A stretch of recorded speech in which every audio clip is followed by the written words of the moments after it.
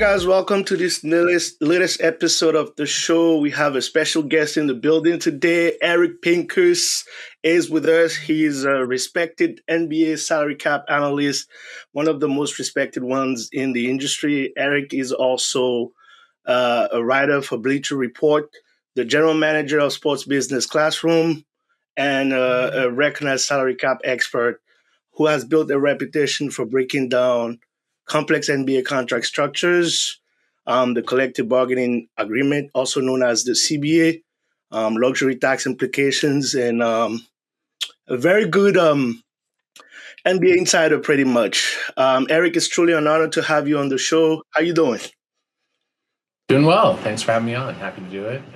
We got to meet each other in Las Vegas for Summer League for Sports Business Classroom, so got a chance to know you there and happy to come on the show. Indeed. Thanks again for giving us some of your time. I want to start off with just, kind of want to ask you how would you basically explain this NBA salary cap in simplest terms for, fans that don't have any idea about the NBA salary cap? Well, the idea is that you have 30 teams that are together working in an association, the NBA, National Basketball Association. And we have maybe 500 or so players. And we need a set of rules. How are we going to build our teams? If you're a player, how much money can you get? What's the least amount of money you can get? What's the most amount? What do you do if the team doesn't honor their responsibilities to you? What do you do if you're a team and the player doesn't honor their responsibilities? Everything from working hours and conditions to splitting up the money and marketing deals and all of the various rules. The goal is to try to make sure those 30 teams can be competitive on some level. They can't guarantee success, of course, but to try to put teams in the best position to at least have the opportunity equally to succeed. We can debate whether that works or not. And then on the player side, how much of the money that comes in are they going to receive? And making sure that they get that. So if we decide to split up all the money and we share it equally, the players get half and the teams get half, roughly, then how does that all happen? So it's a set of rules.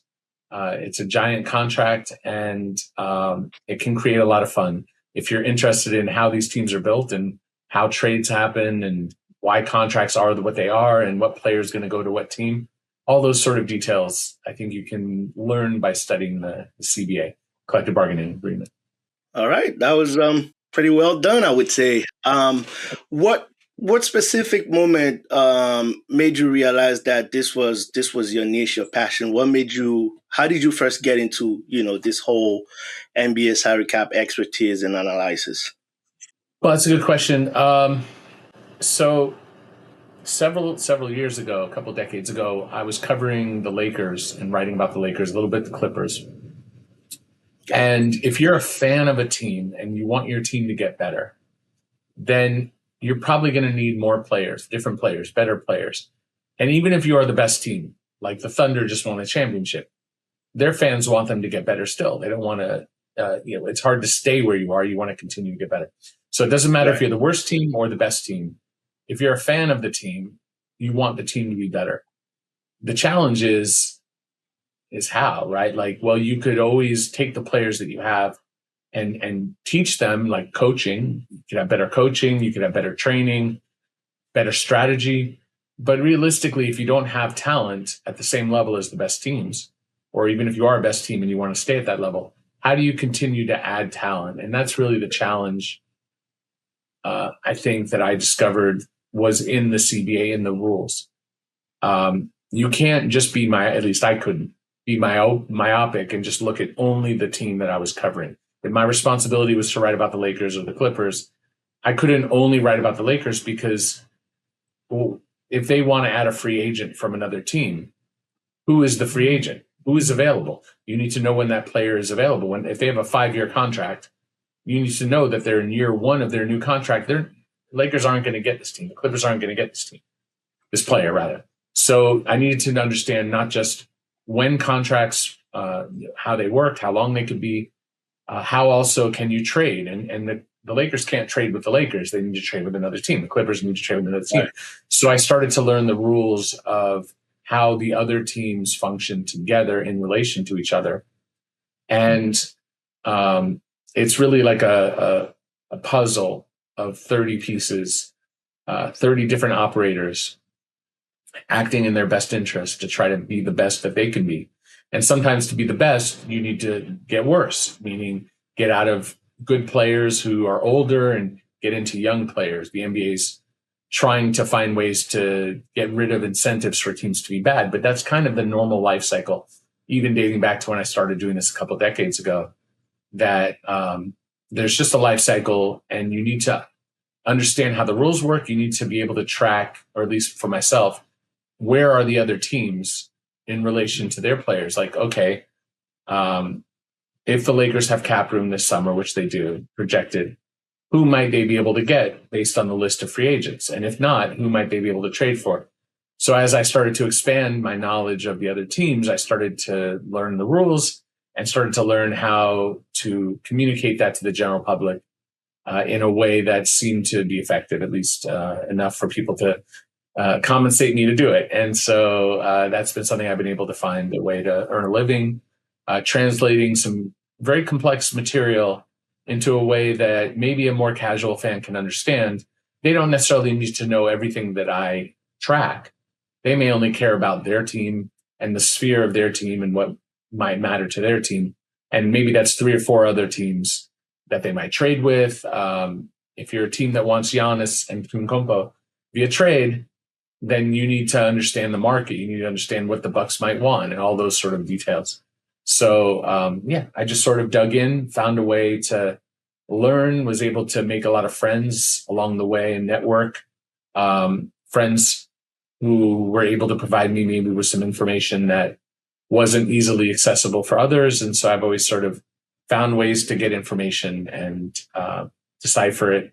It's one thing to get the information, but it's another thing to know what to do with it. And I think through the years, I've gotten arguably better at deciphering what the information means for the future. Okay.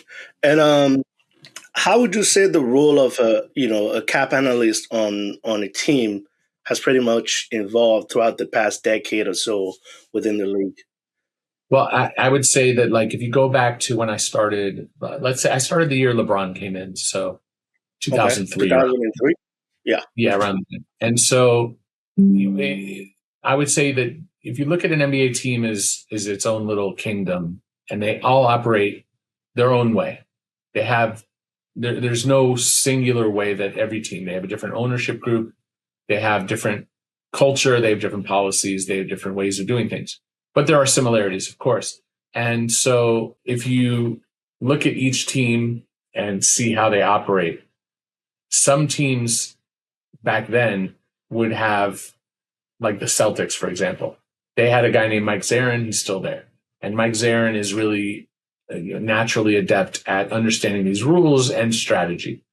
And so he was the strategist for Danny Ainge, who was the top decision maker. And that's not necessarily, I'm trying to think, when did Danny Ainge go into front office? Think around that time. The years all blur, but like, I don't know if it was exactly 2003. But over time, as things evolve, that's one example. And then there were, the Lakers, when I covered them in the very beginning, they had lawyers that they relied on. They didn't have someone in-house in strategy, but they had some lawyers that they worked with who could decipher the rules and explain some of the things for them in the contracts. And it's not crazy that if you're signing a player to a contract to consult a lawyer about the contract. Right. What's evolved is now those people are in-house as strategists. And some might be lawyers, some may not be lawyers at all. Mike Zarin has a law background with the Celtics. Others don't. And it's not a requirement, but understanding how to read contracts, how to write contracts, and understand those aspects sort of blend with a legal degree. So I don't have a legal degree, but I have a significant amount of experience with these sort of contracts and legal matters and whatnot. So I can at least speak on them with some education. But I don't have like a formal law degree. So I don't want anyone to think, oh, if I wanted a position, that the only path forward is to get a law degree, because that's just not the case. I would say that over time, some teams started to get what you would call like a cap person, a cap guy, pretty male dominated field. I work with a lot of women as well who are brilliant at this stuff, and in some cases, even far exceeding what some of my male counterparts are capable of doing. And so, but generally speaking, this would be a male person in the NBA world. It's evolving to become a little more equal. But they would, help the general manager by explaining, what the cap ramifications, how do you make this trade, all of the little details that they need to know. And as the years have gone by, the rules have gotten more and more complex. We have new rules that include aprons and there's different numbers that you need to track. These are not good. These are not bad. They're just different. And so as things change and they get more complex, and as a general manager's job gets more complex, because back then, I don't think the front offices were as big. Now we have giant medical staffs, we have training staffs, we have coaching staffs, we have so many responsibilities that a general manager of a team is spread really thin and may not have the time to study what they would like. Like Onsi Saleh from the Hawks came up as a cap person and now is the general manager. And, Right. I can't speak for him, but I could say that it's likely that he doesn't get to do the same sort of job that he used to do of examining the numbers and living in every little detail. He needs to rely on people for that because he needs to deal with ownership, which is its own responsibility. He needs to work with all the other departments and make sure that everybody is, rowing in the same direction, so to speak. So someone like Onse probably has staff that is there to crunch some of these numbers, help him. He may have ideas. He has probably, assistant level general managers or strategists. So the front offices and NBA teams have grown. There's more and more opportunity in terms of strategy. And, I like to say that there's kind of two levels of the strategy. There's the how and there's the why. The why is sort of, at least from my point of view, the scouting, running the numbers, the analytics. How are we going to play? Who are we going to choose? Why are we going to play the way that we play? And then the how is going to the strategist or the cap person and coming with a goal and then finding out how do we, within the rules, execute that. And so more of my so-called expertise is on the how. But I think, I have to understand the why as well. Because as you start to anticipate what other teams are trying to do, you're trying to get into their heads in terms of what are their motivations, and then that helps you understand how to negotiate and what moves they might make and what they prioritize. And there's a certain amount of intel gathering, networking, talking to other people to get a sense of what they're hearing about what other teams are doing. Because just like we talked about in the beginning, you can't do this by yourself. So if you're a team that starts talking to another team about a trade and it doesn't happen, or you start talking to another team about what your needs are, we need a small forward who can shoot and defend. Well, that person may talk to someone else and say, yeah, they're looking for that. And then that person may, and so the NBA is very gossipy. And so some of it is trying to learn how to do that. And so there are people whose job it is to try to gather intel, scout out players. That's more on the, the why side of it.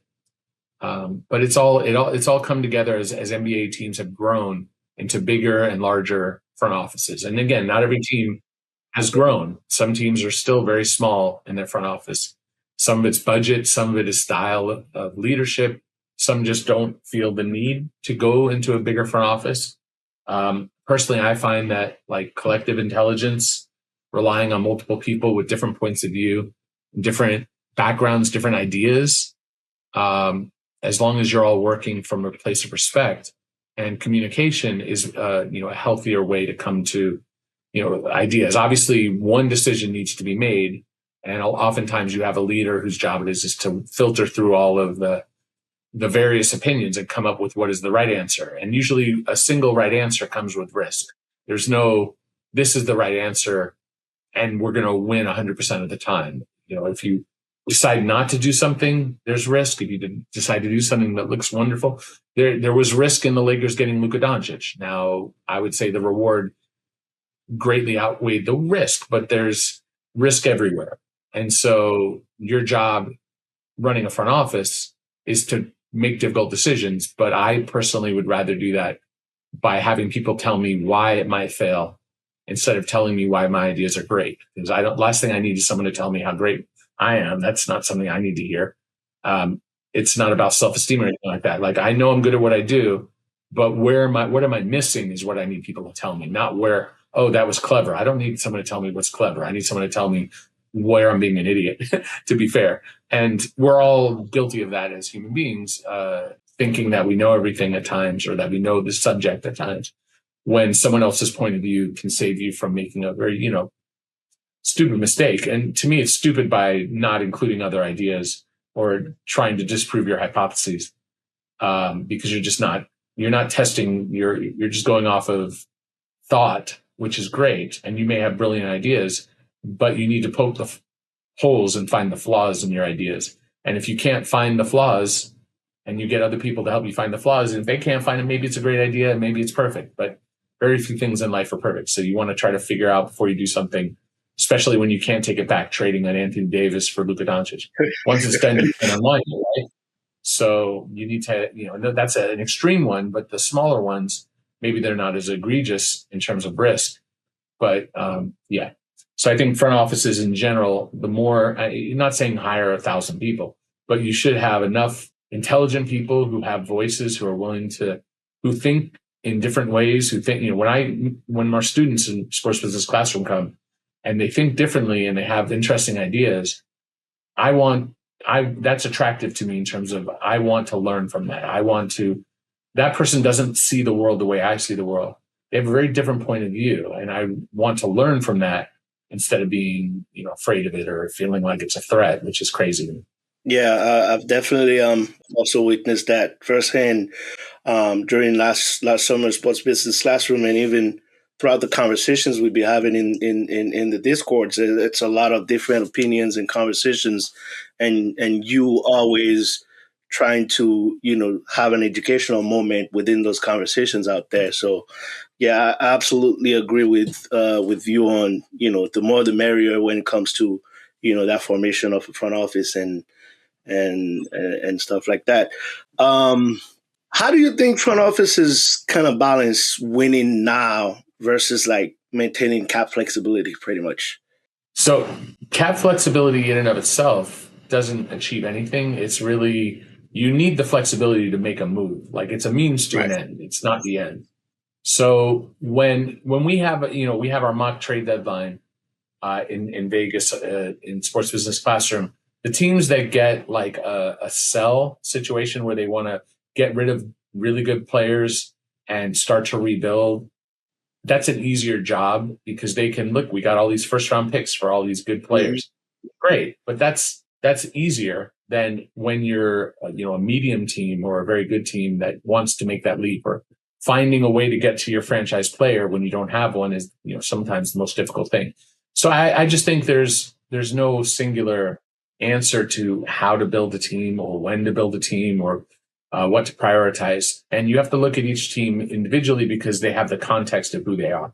For instance, the Warriors are going to have different challenges than the Grizzlies. The Warriors can bring in more money based on their city. San Francisco is a very expensive city. They're able to charge a lot of money. They can charge more money, and Miami's going to have a beach that Minnesota's not going to have. And Minnesota is a beautiful city, right. But if there are certain players who may want to gravitate towards a tropical beach environment versus cold mountains and whatnot, like Utah and whatnot. Like, there are places that are more attractive. And that's not across the board because we have so many different people. Like, what Nikola Jokic, coming from a different country, different life experience, is going to value might be different than somebody who grew up in Los Angeles or New York, or maybe grew up like in a different environment. And so there are certain advantages, and then there's also institutional advantages. Like, the Spurs have mostly run a very good front office. The Oklahoma Thunder run a very good front office. Those are not necessarily destination cities. San Antonio is not a giant city in Texas. I've never actually been to San Antonio, to be honest. But it's not necessarily like a giant Dallas or Houston. Those are just bigger cities. It's a smaller city now. Oklahoma City is not for everyone, but they are well run, and so some of it is just how the team's culture is built up. Do they develop young players so that and some teams have to. Like Indiana is an interesting case where their ownership won't pay luxury taxes and won't let them tank. And it looks like they're tanking this year, but Halliburton got hurt, Toppin got hurt. They lost Miles Turner, who's their starting center. So they're just bad in addition to injuries, plus Neesmith and some of the other guys have had injuries. Point is they're terrible, but generally speaking, they're very good, or at least medium good. And they do so by working within a different set of parameters than the Warriors, who spent more in luxury taxes since 2017 than any other franchise. So, the Warriors came in with a higher budget. And again, the NBA, by all these collective bargaining agreement rules, they all work within some level of restrictions. Those restrictions have gotten stricter over the last few years, especially since 23 in the new collective bargaining agreement. So you can't really just spend your way to winning. But the point is that different teams have different cultures, different situations, different advantages, different disadvantages. And then equally, there's a life cycle for almost all teams. You'll have a team that will be the best in the world. And the Warriors, at some point, Steph Curry starts to age out a little bit. And Klay Thompson certainly aged out by getting hurt, had multiple leg injuries. And Draymond Green is not quite as effective. As great as Steph is, had a hamstring, I think it was, in the playoffs last year or whatever it was that knocked him out. And now he's not playing. And so that team is sort of showing signs that it's going to start heading in the other direction. Instead of winning or contending for a championship, they're starting to focus on something different. And that's a part of that life cycle. And one of the issues that the NBA is trying to deal with is that usually the way that you try to become something special again is by going through the draft process. And it usually takes 2 or 3 years of being really, really terrible to get something special. Something special might be, and what's funny is that it varies. It might be a Cade Cunningham, but Cade Cunningham came into the league and got hurt. And for the first few years, the team was absolutely terrible.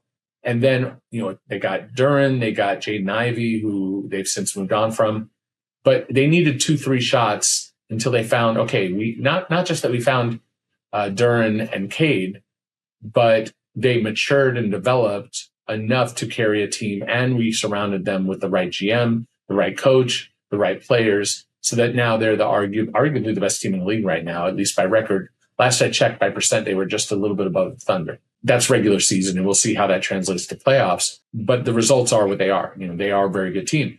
The Jazz are being criticized, rightly so, in my opinion, for not really playing guys, because what their goal is not just to try to get in the draft, but they traded a first-round pick with certain protections to the Thunder. And if they're top 8, they keep their pick. If not, then they lose it. It's considered to be a very good draft. And so there are motivations that teams have that aren't always pure, and the NBA is trying to figure out how to solve that. Ultimately, I personally prefer accepting that it's time to move on earlier than too late. In my view, like the way I would want to run a team in Milwaukee's case, I wouldn't want to scrape the bottom of the barrel to try to build around Giannis, when in my view, it's like they've reached a limit. And so, there's obviously the fans have a lot of affection for him, but realistically, if you can't win with him, you could just let him have the rest of his career being mediocre and the team being mediocre, or you could wish him well, move him on to the next team, and get the rebuild started. And that's not an easy thing to say. Also, the GM or the person running the team theoretically can say all he wants. If the owner of the team doesn't agree, it doesn't matter. The general manager, they get a lot of heat from the media and from the fans for being, quote, idiots, and they don't know what they're doing and all that kind of stuff. It could be true, but it could also be that they know exactly, and they're very smart and they have a lot of experience, but they don't own the team. A billionaire owns the team. The billionaire doesn't know anything about basketball, and just doesn't want to lose the star player that they have because they're worried about selling tickets the next year and don't want to go 2-3 years of being lousy and having terrible, whatever. These are things that we can't necessarily control. And sometimes you can do everything right, get all the right players, and they get hurt as well. So we just live in a complex world. The joy of the sport is that it is unpredictable. Things happen that we don't expect. I wish players didn't get hurt as often as they do so that we can see the best players in the world be their best talent. But unfortunately, that's not the nature of things. But the rebuild cycle is natural. It has to happen. The NBA is trying to figure out how to minimize the motivation for teams to be bad. But that kind of begs the question, fine, but how do they get better? And if does that mean I don't know how that, because there's so many holes in the logic. And I actually have to write an article on Bleacher Report for it. But one of the things is if you minimize draft and it's not as important or it's harder to be successful in the draft, does that mean they have to get there through free agency? Well, the best players don't hit free agency, so then you have to get there by trade. If you can't get Giannis until he's well over 30, how are you getting the best players in trade? Why would a team trade the best players? And you say, well, that you can get a lot of draft picks. But if you're also saying let's minimize the value of draft picks because it's harder to get to the top of the draft and it's less incentive, then teams aren't trading for draft picks. So then what do they have to give to get those players? So there's a problem that may not have a solution. It may just be a circular argument. And so I'm going to continue to pursue this and try to study. I'm doing some data analysis of the last almost decade of what actually happened. What teams tanked meaning tried to be bad. What teams were just bad without trying. That happens. The Pacers aren't trying to be bad. They just are bad. Right. The Pelicans aren't trying to be bad. Even got fine. First. Right. So, and then what teams are like Utah where it's clear that they're we're intentionally trying to protect a pick. And then, I can't treat every draft equally because if we have, look, no one tanked this year, but that was a year where Zachary Ricochet, who's a good player, but not a franchise-changing player, was atop the draft versus a year like when Victor Wembanyama's coming in. There's going to be a different motivation for teams. And anyway, it's a complex issue I don't have the answer for yet, but I am researching to see if I can find something I can argue at least improves the state of the NBA so that maybe a team like Utah isn't doing what it's doing, but maybe we're still encouraging the bottom 3 or 4 teams and say, okay, you were awful this year. We're going to reward you with the best chance at young talent in the draft. And one last point is that Jokic was a second rounder, Draymond Green was a second rounder, Kobe Bryant wasn't top 10, Donovan Mitchell was he around 10? Was it maybe 10 or 11, 12? I forget the exact number. A lot of times it's not even the number 1 or 2, but LeBron was number 1, Wembanyama was number 1, Cade was number 1. There's a lot of number 1s that are number 1s for a reason. And sometimes there's Zion where people think it's going to be great and he just doesn't stay healthy enough. And sometimes it's Ricochet who's well, we don't really care if we get number 1 or if we get number 7, we'll be fine in this draft because it's just not that kind of draft. It's a complex issue and I don't think there's an answer yet, but I'm going to keep working on it. I'm definitely looking forward to that article. I mean, just like you said, I think, it's really, to me, also up to the front office and the way, obviously, the decision is made by the owner and the vision that he has for his team.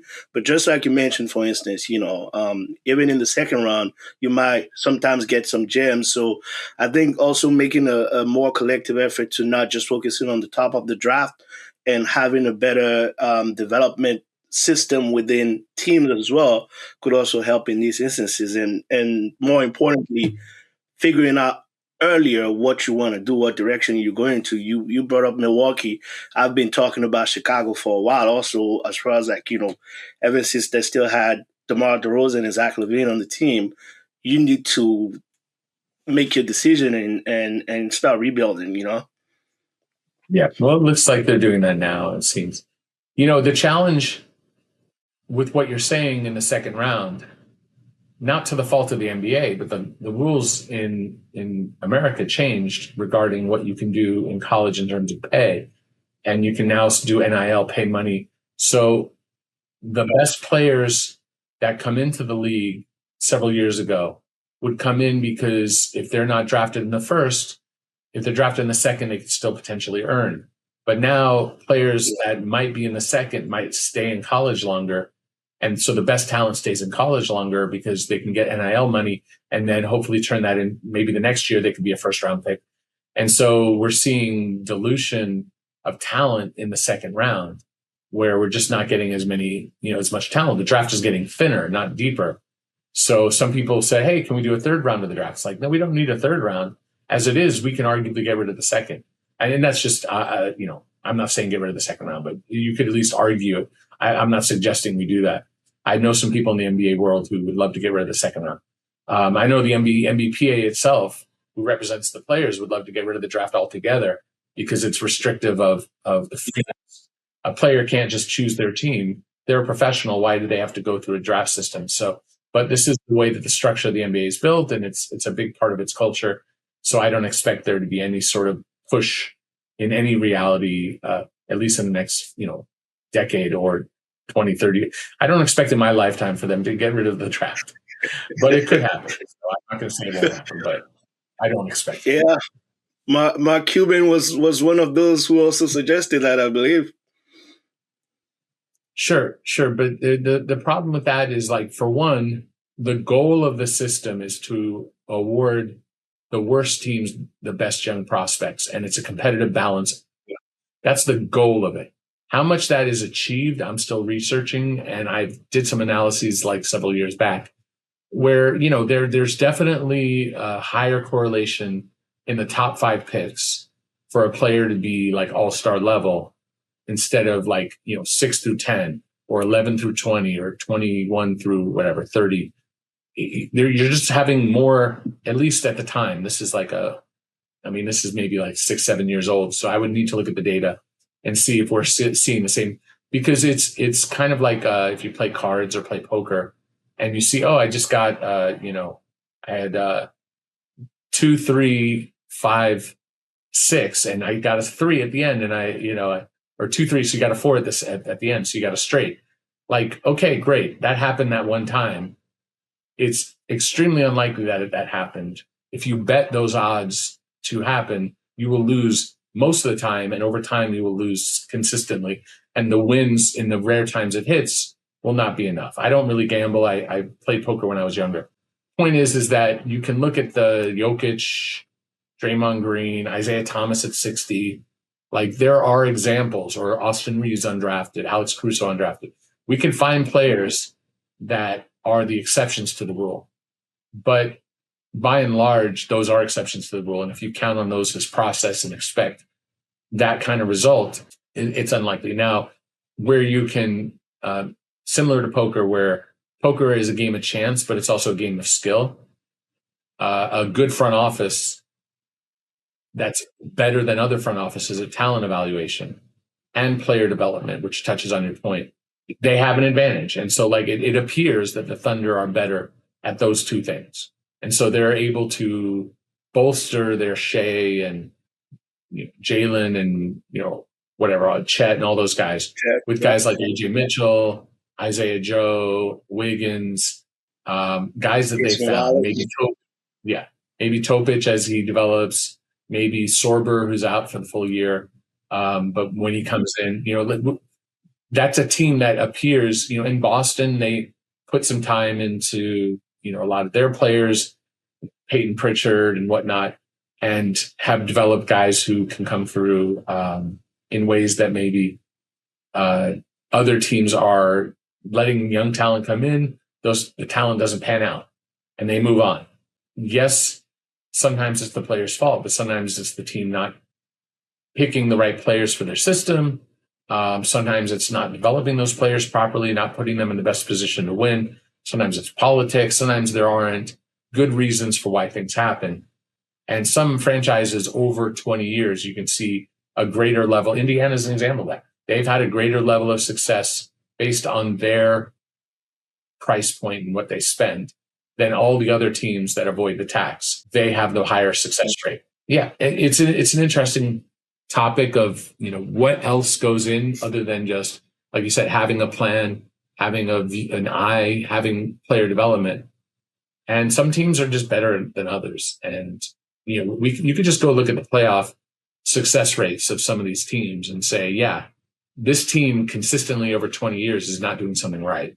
And they've had different GMs, they've had different coaches, but maybe they've had the same owner and there's no change. So at some point, where do you say maybe the owner needs to change how he operates? Not saying you can't force him to sell the team. That's his team. He owns the team.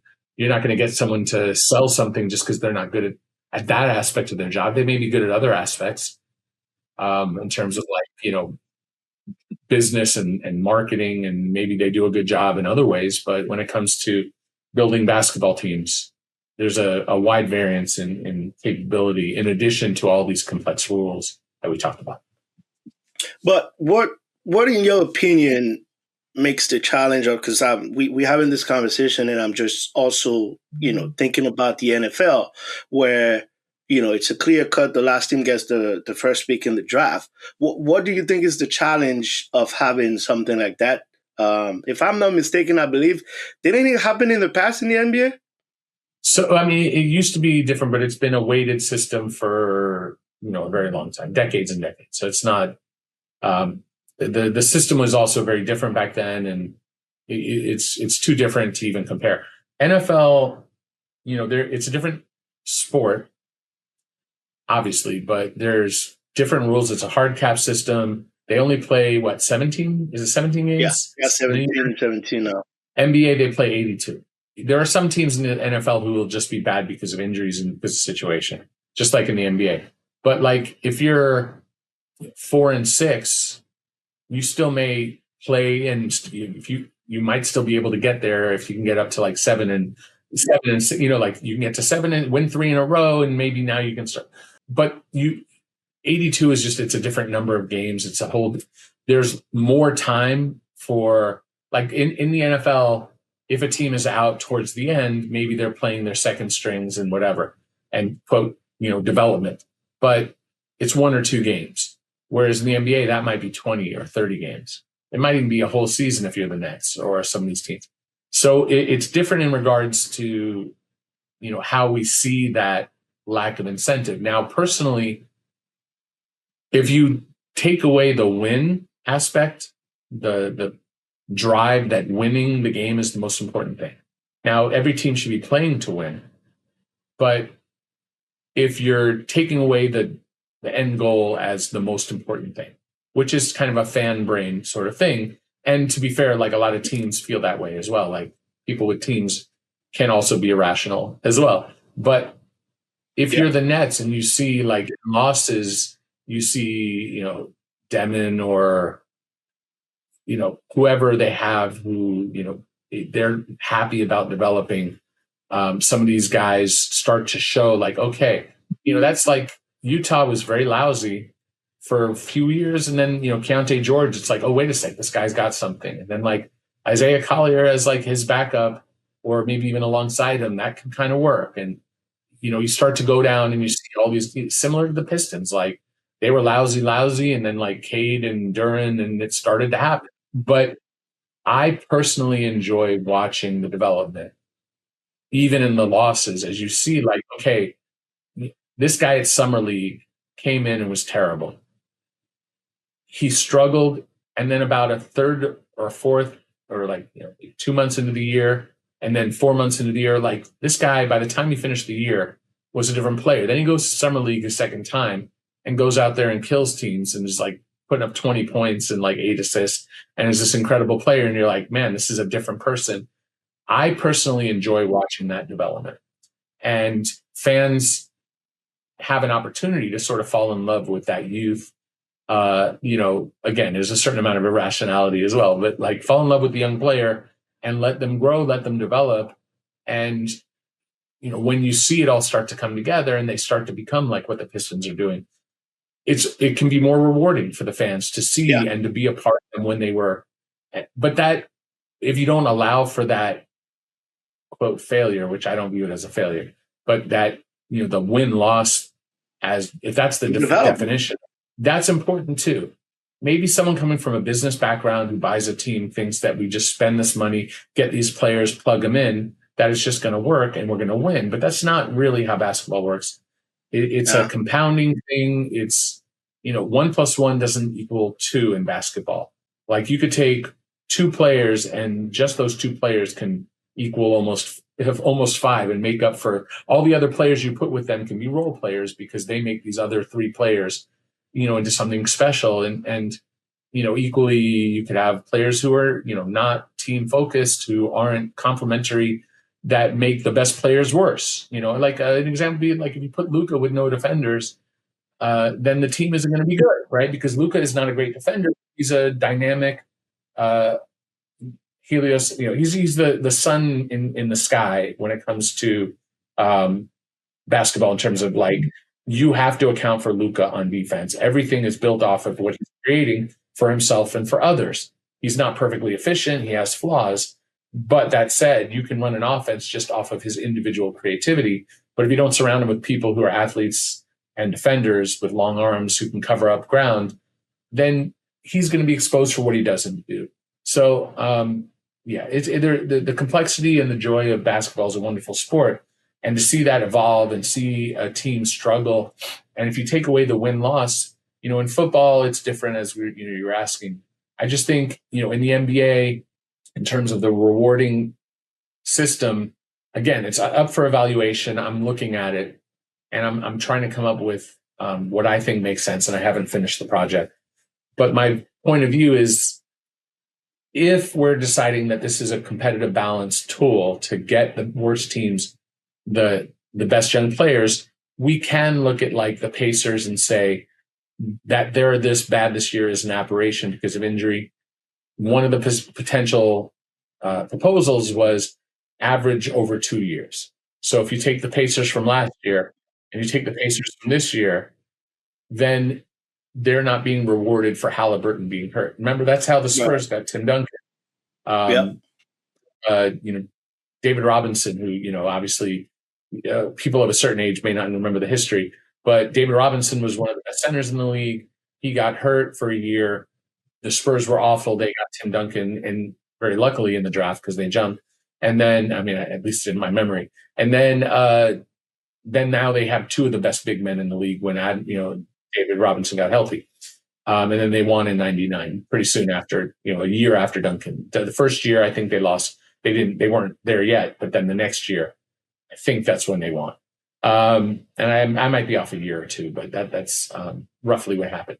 So I could see mechanisms in place to, it's not punish, but to make sure that it's really the weak teams. The counter argument would be like, well, what if you're the Cavaliers with LeBron and LeBron leaves the Cavs and they have a terrible year, and let's say they're the worst team in the league.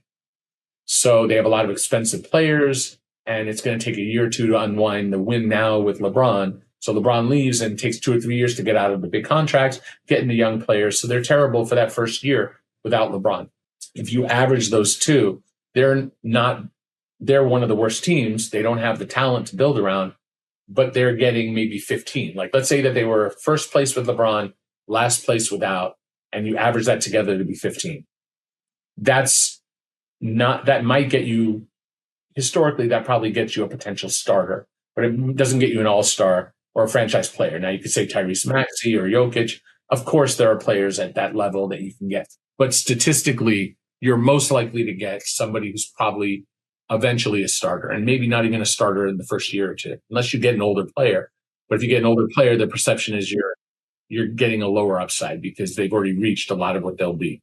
So the argument for the Pacers situation with Halliburton, average over 2 years to prevent that. The counter is LeBron, and say LeBron left, and are you punishing the Cavs and making their rebuild take 1 year longer? So it takes 1 year longer. They were 30, and then if they're 30 again, so they go 1, 30, 30 in terms of place. So first place being the 30 in the. So let's go the other way. They're 30. They're 30 in the draft. then they're 1 in the draft, but that drops them to 15 because we average. And then the next year they are 1 and 1. So now they're 1. The counter would be is you had a run with LeBron, the rebuild is just going to take 1 year longer. And that's going to, someone is somewhere in the decision making process is going to be a too bad. Someone is going to have to take a too bad. We're going to have to make draw a line somewhere where someone has to suffer. And maybe the teams that had the heights are going to be, quote, punished by having to take 1 additional year to rebuild. And that tool is to prevent a really good team from having an injury and being lousy and benefiting from that, like Tim Duncan and the Spurs, like Halliburton and the Pacers right now. So that's the kind of stuff I'm working through for this article to try to come up with, like, what is good, what is bad, at least from my point of view, and why we're going to be able to punch a hole in any path. There's going to be this isn't good for someone in all the decisions. So it's deciding where are we willing, collectively, and obviously I don't make the decision for the NBA, but I'll do my best to map it out. What is the least evil decision? And sometimes that's the best thing you can do is, someone's going to get hurt. You want to hurt the fewest, and maybe you're hurting the one who had the highest heights recently. So if this was the number 1 team, maybe it's okay that it took 1 year longer for them to rebuild, and maybe that's okay. Okay. Again, looking forward to that article. You recently had an article out there about LeBron James and Rich Paul potentially positioning themselves for the Las Vegas franchise, who we, I guess, pretty much assuming Vegas is going to get a franchise within the expansion in the next years that are coming. And Rich actually, obviously, as you know, came out on his podcast with Max Kellerman, pretty much quote unquote refuting the article in some ways.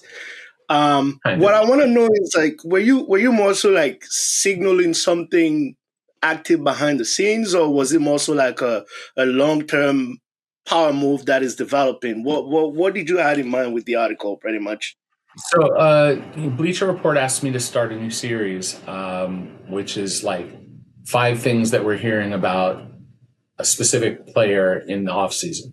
So I just wrote about Giannis. It'll go live in the next day or two. I was asked to write, the first one I wrote was on LeBron. And so my job is to write about what I'm hearing. And so I mapped out, in addition to some of the logistics, the numbers, the reality, he could stay with the Lakers. This is what it would mean for the Lakers. He could leave. And if he leaves and goes to another team, this is the limitations and how he could get paid. He could retire. This is a personal decision that he has to make. I can't make that for him. He's hinted about it. He's talked about it. It's clearly something he's considering. It may happen now. It might not happen. At the end, the last item that I put into these stories is more of a rumor-based that is a little more buzzy. Now, if you're in the NBA world and you talk to different agents, you talk to different players, talk to people on different teams, everyone talks and gossips. This is something that, like, everybody sort of just knows, like, there's a rumor about LeBron and Rich Paul doing this. I wrote in the article specifically, very clearly, that this was a rumor, that it's not coming from me. It's not coming from it. And I was very clear that these things, sometimes they're true, sometimes they're false. It's worth keeping an eye on. So from that point of view, I didn't say that this is happening. I didn't say all that. I just said, there's definitely some rumors. Rich said, that he, thank you for putting him in that level, that he can't afford a team. But that's also ridiculous because when you buy a team, it's typically a group of people, and you have the most famous, usually sport-related person be the face of it.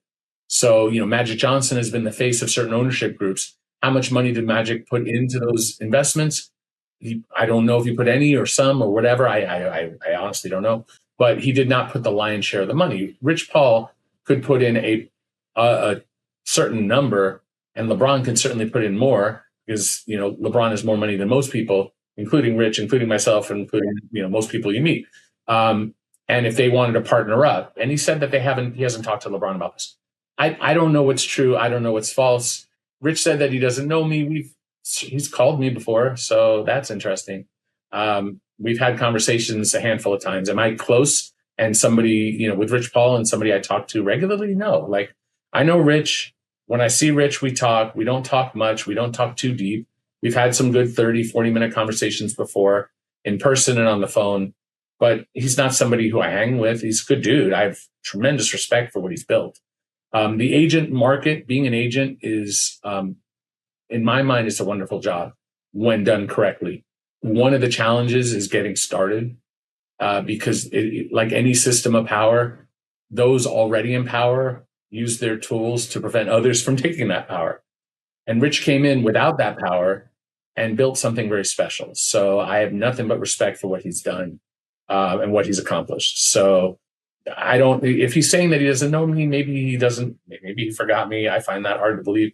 So if the first thing out of his mouth isn't true, then I don't trust the second thing out of his mouth.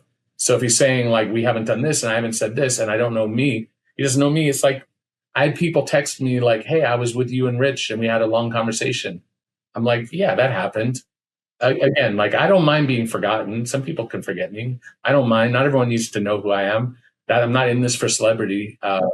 But again, like, I don't know that he was lying. I'm not accusing him of lying. He must have forgotten who I was. But the thing is if he's doing this, and doesn't want to announce that he's doing this, he's going to deny it. That's what people do. And that's his prerogative.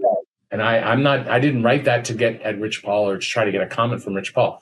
But I wouldn't be doing my job if I don't say like, yeah, this is out there. It's buzzing out there.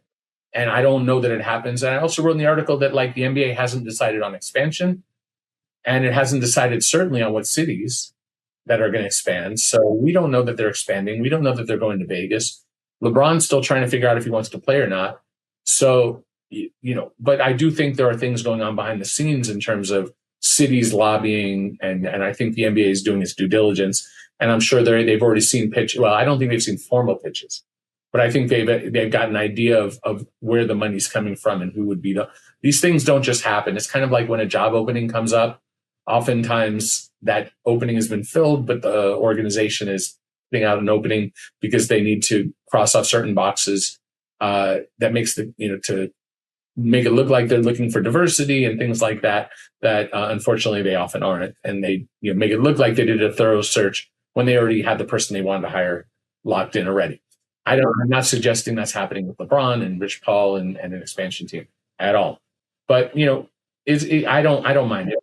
It doesn't bother me. Like when someone says my name, like I said, I'm not doing this for, I geek out and enjoy what I do and studying, basketball. And I was never a very good player, but I've taught players how to either work in a front office or how to be an agent, former players. So I bring some sort of value to this. Otherwise, I wouldn't still be here, and people wouldn't be providing me a living for doing so. And I don't just throw things out, without doing, I take things seriously when I write them. And I'm very clear when something is a rumor. And if I'm saying this is happening and this is factual or that's a very different, I'm very explicit when I'm saying this is what I'm hearing and reporting.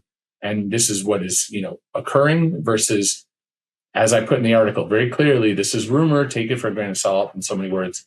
Keep an eye on it. So it was fun. He's got a podcast. A lot of people texted me. It was pretty funny, but I don't take it all too seriously. You take yourself too seriously, I find doesn't do you much good. Yeah.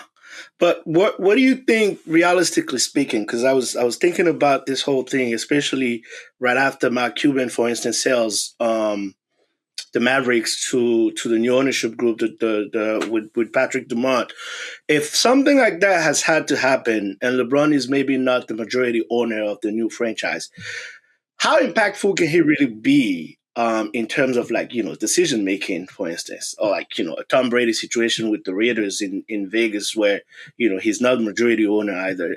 Can he really be impactful if he's not the majority owner? I mean, it varies very widely, and it depends on the ownership group, and it depends on Like if you have a bunch of owners that own 10% and he owns 11, right? Then, right? Like if you have 10 owners, one owns 9, there's a limit to how many owners. I think it's 20, but I'd have to go and look. Someone told me, but I don't know factually what the answer is. But there's a limit to how many owners. Let's say it's 20. And if there's 20 owners that own, or let's just simplify 10, and he owns 11 and one owns 9 and everybody owns 10, then he's the majority owner. And now he can be the governor. Now, I do think there's certain requirements in terms of 15%, something like that. So there are some, I think I don't think the NBA would let it be exactly like that. I think somebody has to own over 15% to be the governor, is my opinion. I think that's the rule, but I would need to check that. So, again, like if it's like a $4 or $5, $6 billion purchase, $10 billion purchase, or whatever the purchase size is for the new team, let's just say it's 8. And if, LeBron is going to own 15% of 8 billion, how does he finance that? And how does that work? Right. I don't know that he needs that kind of fund. Certainly Rich Paul, I wouldn't expect to have that level of funds. I wouldn't expect any agent to have that level of funds, but a player like Steph, LeBron, guys who have made massive money, not just in playing, but endorsements. And, if LeBron is worth $1 billion, which I have no idea if he is, maybe he can afford to buy that amount. But I don't know how that works. But there are partnerships, and he could be given positions within the organization. And you raise questions like, what happens if the team doesn't like what LeBron is doing? And if he's not the majority decider, can they replace him? And how do you do that? So you run into very sticky questions that happen. Like, when the Lakers got Magic to run the front office, and then things didn't go exactly the way they intended, and then he quit, right? Like things can get complicated when you have a star player like that in a situation where they don't have the primary ownership decision. You can even tend to wonder, if something like that does happen, especially with, LeBron being the superstar legend that he is, and Rich Paul, one of the most prominent agents of this era. Does something like that happening blur the line between like representation and governance and things of that nature? What do you think about that? Well, Rich, if he were running a team, owning a team, would no longer be an agent. Like that would be a conflict of interest. So he would no longer be in that. He would have to give up that aspect of his life, presumably selling the rest of his agency. LeBron would need to be retired, just like when Michael Jordan owned some of the Wizards, came out of retirement to play, had to put his ownership into a trust, and then they didn't give it back to him, and then he had to move on. It was a whole thing. But with LeBron and any player, you can't have those sort of conflicts. So now there are conflicts, like some people think that there are conflicts where would Rich theoretically, he'd probably disagree. Does he direct players on clutch to the Lakers? At least when they won, there were a lot of clutch players on the roster. You would say, in my opinion, we had a lot of clutch players on the roster because we had a lot of good players. And what's wrong with us having good players? Why wouldn't the Lakers want good players? And if the Lakers won with our good players, then they did a good job recognizing that our players were good. Right. So, but then there are other people who say like, oh, there's a conflict there. I don't personally see it. I don't see the conflict. Some people don't like Rich, and my opinion, in part because he's been successful in an industry where he wasn't supposed to be, because he wasn't coming in with power, and he started something new, and people don't like other people taking away their power and building something and showing that Rich shows that you can enter this industry and be successful despite whatever, you didn't come from, CAA or, the different giant, not criticizing right. CIA, but like, coming through these big agencies. And he did have some internships and things where he came through different agencies as well. So, but he's a self-made person, and maybe the people in power don't like that. So I do think there's some unnecessary criticism. He's not a perfect human like anybody. Well, he is a human, so therefore he's imperfect, because all of us are. But I've never seen anything that I look at Rich Paul and say like, he's done anything that I would look at as unsavory or unjust or anything that I don't have a problem with him at all. Other than him claiming not to know me, but that's all good because we're not, like I said, we're not hanging out all the time. All right. Let's talk about sports business classroom real quick. What what can you say about, sports business classrooms and the benefits of somebody, who's an aspiring front office a worker, whatever the title we want to put there. Tell me a little bit more. I mean, obviously I've experienced it firsthand, but it's better to hear it from the source first. So what can you tell us about the sports business classroom? Well, we open up registration, I believe today. This today being March the 3rd. And our primary program every year is in Las Vegas in July at Summer League. Our program was founded by Warren Legary and Albert Hall, who created Summer League in Las Vegas. And because they created it, and because we run it with Bobby Marks, who's tremendous. Our goal is, and I think Warren and Al, is we have this access to the NBA that is unparalleled. The whole NBA is there. And so 2016 is the first year that I did this, so 10 years ago. They said, let's run a program. I worked with different people at the time before Bobby got involved. But let's use this opportunity to try to help develop the next generation of front office talent, or as we've evolved, people who are media and broadcast, or scouts, or agents, people who represent athletes, athlete representation. And so we've used this opportunity to really help a lot of people learn what is in the industry. If your goal is, I only want to be the GM of my favorite team, and you expect us to get you there, it's like, that's lovely, and we're going to do our best. But reality is that, that people hold those jobs for a handful of years, maybe 10 years, 5 years, maybe longer. And often they're going to people with a certain amount of political or familial connections that we can't give you. That said, we can certainly open your eyes to what opportunities are in sport. Basketball is our primary focus. What jobs are there? What's the best way for you to build your brand? How to network? How to get to know others? Because knowing me, great. Knowing Bobby Marks, great. And we really make each other. We make ourselves available, and we're really accessible. However, it's really the students getting to know each other in this environment that we think is important, because we view all these, the people who come to us as the leaders of tomorrow's, the next generation of leaders. And we're doing our best to help people build towards that. And it might take 5 years, 10 years. Some people start right away, come right out of our program and get a job. We've got people with the Pacers, with the Celtics, with the Nets. We can go down the line of, people who have been GMs of G League teams, but people who are practicing agents, people who are, getting jobs, doing media and broadcast throughout, running podcasts like yourself, doing all kinds of things. And so we do our best to try to help people. And it's not just sit people in an auditorium, listen to some speakers talk about how they got into the industry 20 years ago, and then we give you a certificate at the end and say, here, you did this, which is great. And some people do those things, and I don't have a problem with that. It's just not what we do. We want our students to really get interactive. We really want them to think. We want them to show us that they can think. We want to see them in action.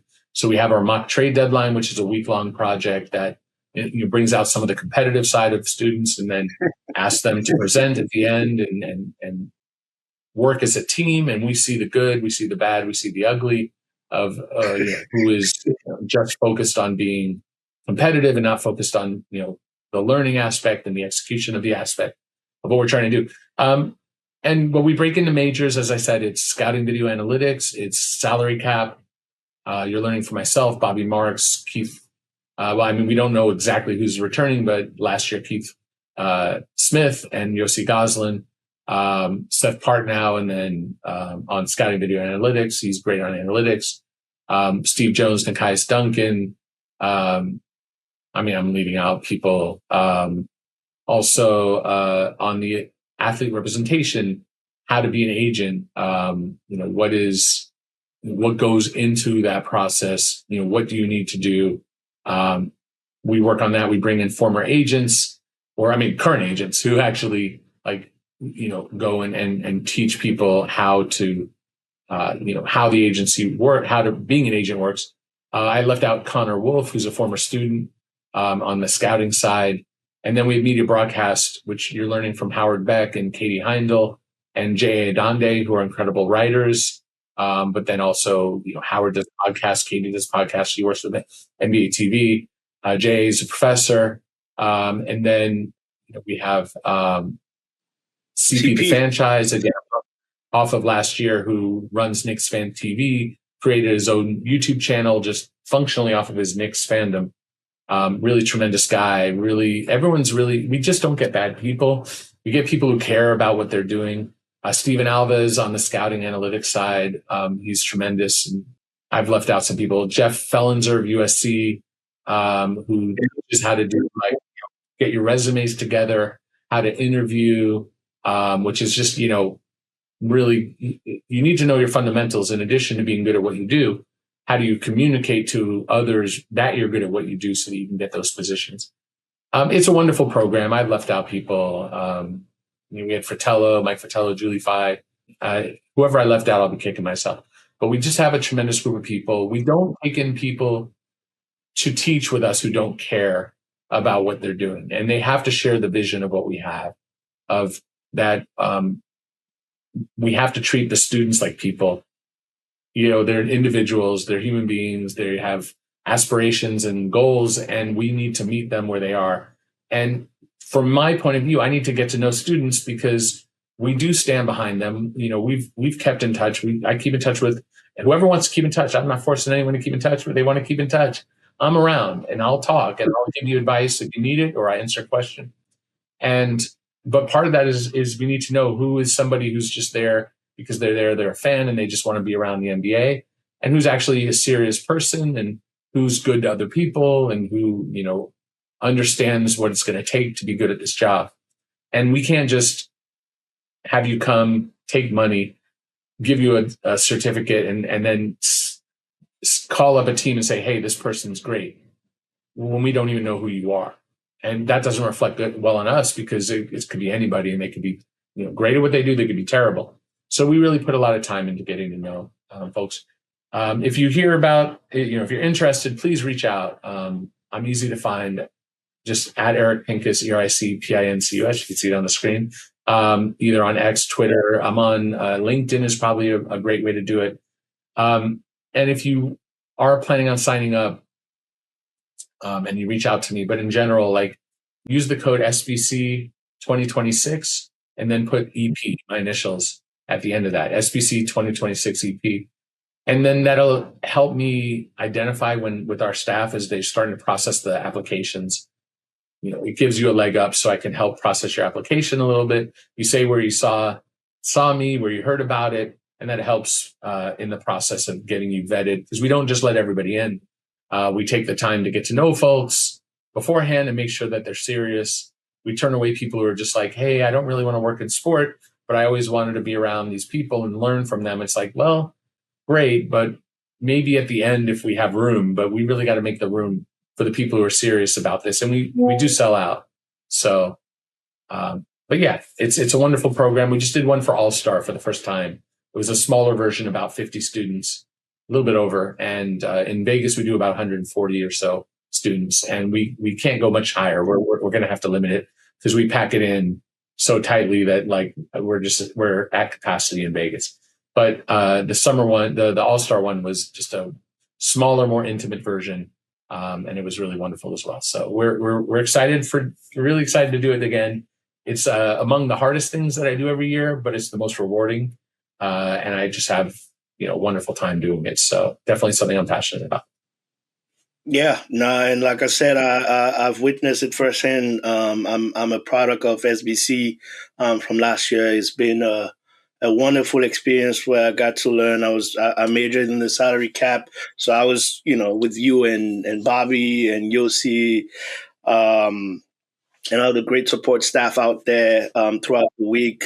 Obviously, was able to have some other sessions with the other majors as well. I'm highly considering coming back this season. This summer, actually, I just need to work some stuff out because I'm also gonna be hopefully working as a volunteer for the World Cup.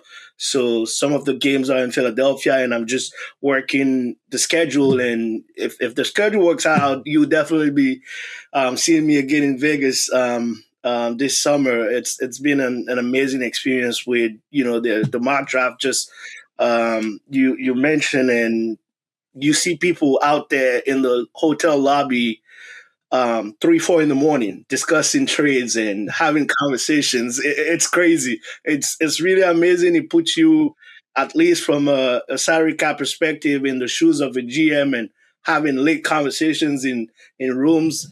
Amazing experience that I recommend to everybody aspiring to work in a front office job, or even within the NBA, or around the NBA. I highly recommend it. I'm also going to put the link for um, the informations on the video as well, so that people can just get to see the different packages and whatnot, and also obviously reach out to you. I can testify that Eric is very responsive and would work with you and help you out as much as he can. So yes, please go ahead and sign up for SBC. The family is great, all great people that go way past that 1 week of learning out there. Eric, I'm gonna have some rapid fire questions for you, and we're gonna close on that. In my opinion, the best manager in the league right now is Sam Presti, that I actually had the opportunity to meet last year at SBC. Who's the most underrated GM in your opinion? Oh, I don't know. That's a good question. Who's underrated? Well, I mean, most of them we don't really know yet, especially the new ones. Um, I want to see what Onse Saleh does in Atlanta. I like some of the direction they've taken things. Trajan Langdon has shown some restraint. He's new at this in Detroit. Um, let's see here. I mean, you can't say anything that the Miami Heat do are underrated. They're very, very well respected. I think the Pacers do an underrated job. I think the Jazz, I'm not sure yet, but I'm very curious to see what they do. I'm curious to see if the new ownership with Portland keeps the same front office, because I think Portland has moved in a much better direction in recent years. The Spurs always run a tight ship. Presti, it's a good question. I don't have an answer for you in terms of that. I mentioned a few, so that'll have to do. Okay, hardest cap situation to fix in your opinion? Well, you have to look at it from a few different point of views. You have the teams that have no picks. That's a very difficult one, right? The teams with no picks. Because it's very hard to make moves when you don't have a lot of draft compensation. The other one would be like in Philadelphia with Joel Embiid not necessarily healthy and Paul George not available. They went from having the most flexibility to having the least. I'm very curious to see what Orlando does. If we decide, and I don't know who we is, but if it's decided that Wagner and Banchero aren't necessarily compatible, yeah, what do you do with that combination? So they traded first to get Desmond Bain. They don't have a ton of draft compensation. They have some, but not a lot to move with. They're getting heavier and heavier in investment, and then Anthony Black is blowing up this year as a really good player, and so that team's. I don't think they're in a terrible position, but they're in a confusing one. Toronto's in a little bit of a tough one, not a terrible one. There's some teams that are in good position, some are in bad. Um, yeah, I'll keep my eye on Orlando. I don't know if any of these teams are in the worst, but Philadelphia's in a little bit of a tough one, especially because they've got a nice young group. I would love if they didn't have Embiid and Paul George and they were building around VJ Home and Maxi and some of their young guys. That'd be a little bit more. There'd be a little bit more optimism for the future. But they're getting somewhere. Yeah, you. As you know, I'm a Sixers fan. I live in Philadelphia. I've been dealing with this quite often, and we'll see how it goes. I don't want to start dwelling on my Sixers right now. Otherwise, we're not gonna get out of here. Early championship predictions. Uh, I mean, it's hard not to go Thunder. Um, if they're healthy, I think the Spurs are too young and inexperienced. I think they need 1 year of almost being that good. I don't think Houston is ready. I think Minnesota almost good enough. Denver is always someone you have to consider with Jokic, but really, I probably favor the Thunder in the West. In the East, Detroit probably needs to get to a certain point and hit a wall because just on the normal progression of a team going from being bad to being good to being really good to being like a contender, usually there's a few failures. I don't consider those failures. I think the Knicks have a shot. Cavs have a dark horse shot. I don't really consider them top tier, but maybe top tier one below. And then the Knicks, Celtics. I mean, I don't know. They seem to be pretty dang good. So those I expect the championship to come from one of those teams, but um, probably say the Thunder for now, barring something shocking.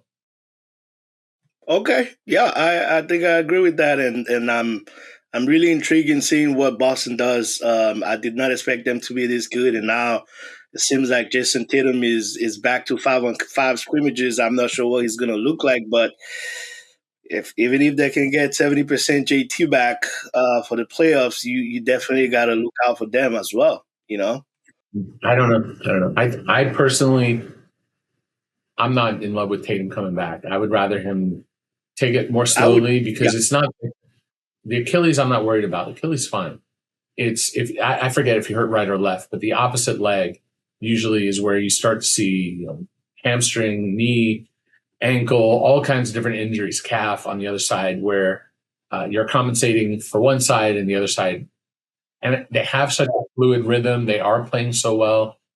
I worry that somebody who dominates the ball, you're not saying he's a selfish player, but like if Tatum is going to come in, I could see it being disruptive. Personally, that's if I were possible. Boston, I That would is rather. absolutely possible. Yeah, because rotations are already set. Jalen Brown is the leader of the team right now with Derek White also, and they have a very great chemistry. And shout out to Joe Mazzulla for the tremendous job that he's doing out there. Eric, has been incredibly insightful. I truly appreciate you for your time, your ability to just go through my questions and explain things as simple as possible. I truly appreciate you and thank you again for being with us. And yeah, man, thank you for your expertise. And I hope you have a great rest of your week. Absolutely. Thanks, man. Yeah, anytime you need me, I'm always happy to have a conversation, and it's been a pleasure. We'd love to have you back and anyone else back who is serious about inroads into this industry, and hope to get to know you and looking forward to it. So thank you for having me on, and we'll talk soon. All right. Thank you, Eric. Yes, sir.